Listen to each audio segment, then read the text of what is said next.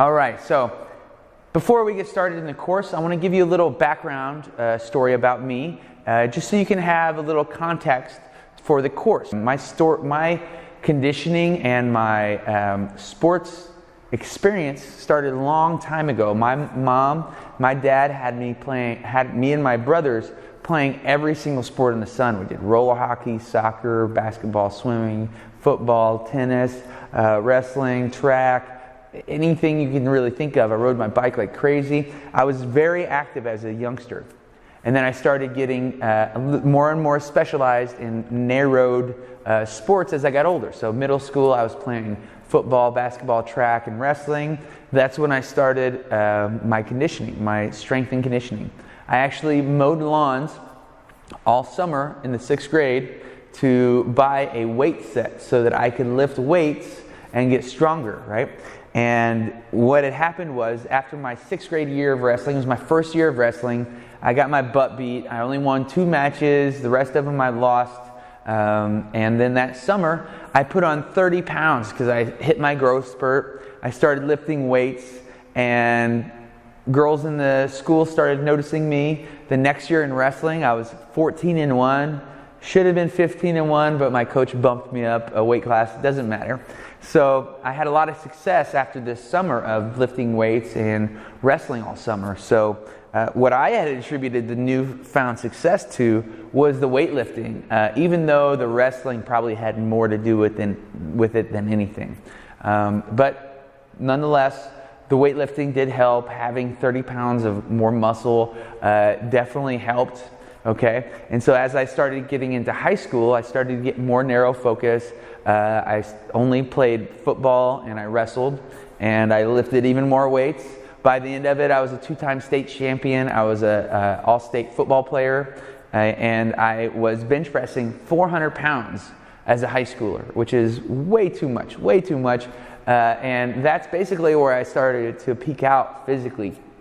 And so then when I got into college, having peaked out physically, I kind of stayed the same, and the rest of the competition kind of caught up with me. So I didn't do as well in college as I should have, because I relied mostly on my strength, and I focused on conditioning and strength training more than learning the movements and the techniques, right? So the specialization and repetition of similar movements led to a peak in my abilities, and then led to a loss of my abilities. I actually started getting much less flexible. I lost my endurance, okay, and my strength wasn't really going anywhere, but it wasn't getting any better, right? So the thing that had made me successful in middle school and in high school ended up actually being a detriment to me in college, and then afterwards in my mixed martial arts career. And what had happened is that when I was a child, I had learned how to activate my muscles very well because I played all those sports. Okay, so then when I got into weightlifting, I had a lot of great control and neural connections to my muscles.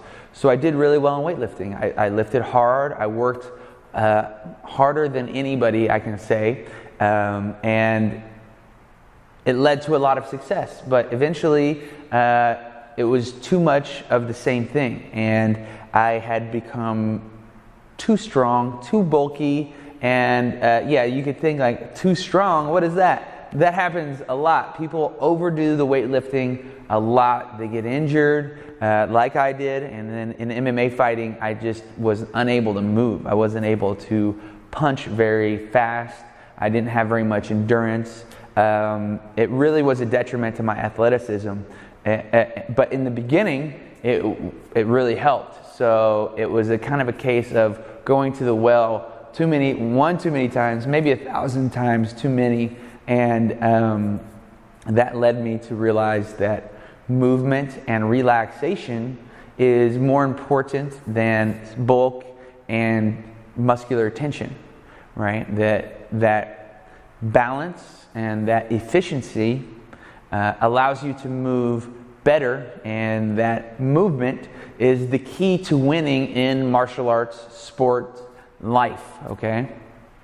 And in the end, I could have worked less hard. I could have worked less and done better because I was overworked. I was overtrained. I suffered all kinds of injuries.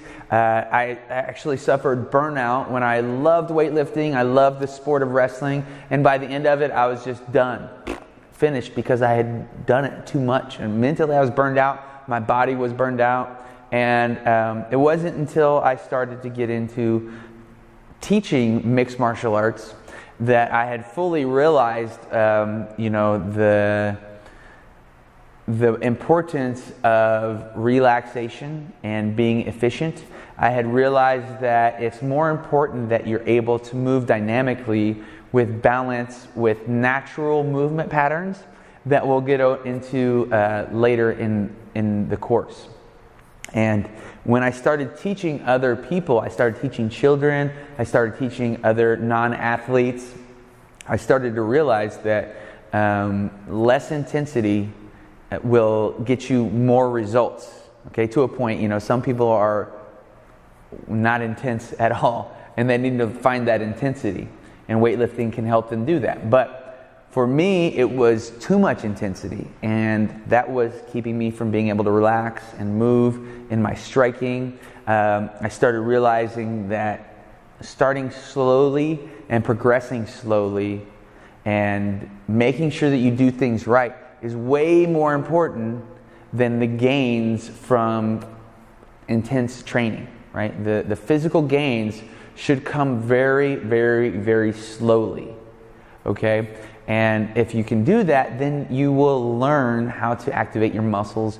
You will learn how to move in an appropriate way. You will be more fit and more healthy. Your structures will be stronger, okay? So one of the things that I learned was start slow and progress slowly. Less is more in a lot of cases, okay? And that it's mostly mental, right?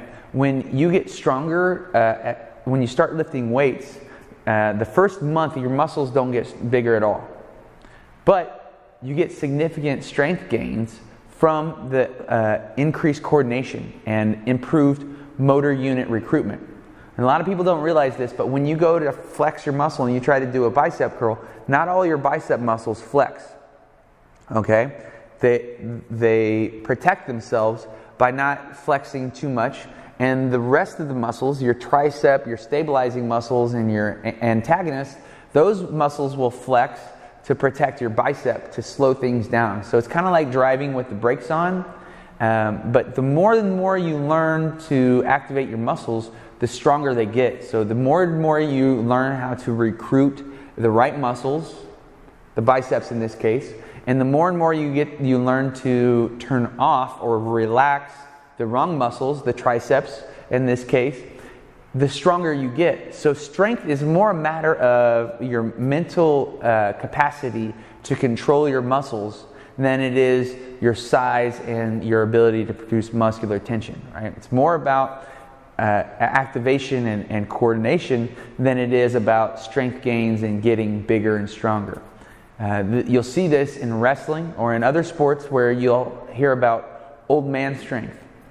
Old man strength means that you see this old man and he doesn't look like much, but then when you go to wrestle with him, he seems like the strongest person in the world, right? And that's because he's had more hours on the mat and he knows how to coordinate his body and his muscles better than people that have less experience. So even though you might be a big, young, strapping, muscular person with great conditioning and you can bench press 400 pounds, you might go against some old man and he might mop you around on the mat because obviously he has technique, but again, he has strength from learning, from coordination. So that's what this course is all about. I want to teach you guys how to achieve balance, how to move dynamically, and how to train in a way that makes you more athletic, a way that makes you stronger, okay, but doesn't bulk you up to make you very big and inflexible. Now, if you need bulk, you can do that. I mean, like, you go lift some weights. But I want to teach you how to move dynamically and to learn how to be more powerful, efficient, and balanced. Instead of just being bigger and stronger, You need to learn how to activate your body and learn how to move your core so that you can produce powerful, efficient, and balanced movement. And that's what this course is all about. It's all about forgetting about just trying to be strong and just trying to be as intense as possible.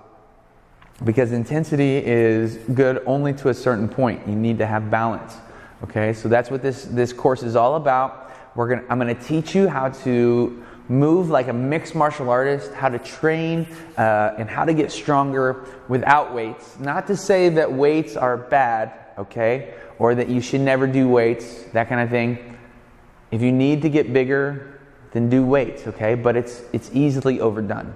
And basically everybody knows how to make bigger muscles. It's not that hard. It's not that big of a secret. But most people don't know how to make strength without making their muscles too big and too inflexible.